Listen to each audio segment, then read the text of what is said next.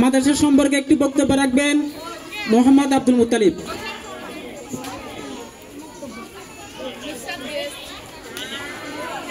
আলহামদুলিল্লাহি রাব্বিল আলামিন ওয়াসসালাতু ওয়াসসালামু আলা রাসূলিল আমিন ওয়া আলা আলিহি ওয়া আসহাবিহি আজমাইন। আম্মা বাদ, প্রশংসা করছি সকল সৃষ্টির রব মহান আল্লাহ তাআলার, যিনি মহান গ্রন্থ আল কুরআন দিয়ে আমাদেরকে ধন্য করেছেন। দরুদ ও সালাম পেশ করছি আমাদের প্রিয় নবী হযরত মুহাম্মদ সাল্লাল্লাহু আলাইহি ওয়াসাল্লামের প্রতি।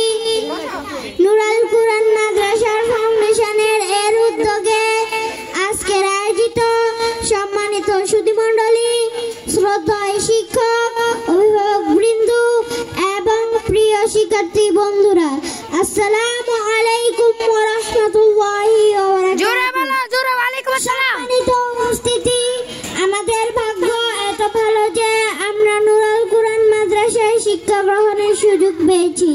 নবীজি সাল্লাল্লাহু আলাইহি ওয়াসাল্লাম বলেছেন, খায়রুকুম মা তাআল্লামাল কুরআনা ওয়া আল্লামা। তোমাদের মধ্যে সর্বোত্তম সেই ব্যক্তি যে কুরআন মাজিদ শিক্ষা করে এবং অপরকে শিক্ষা দেয়। হৃদয়ের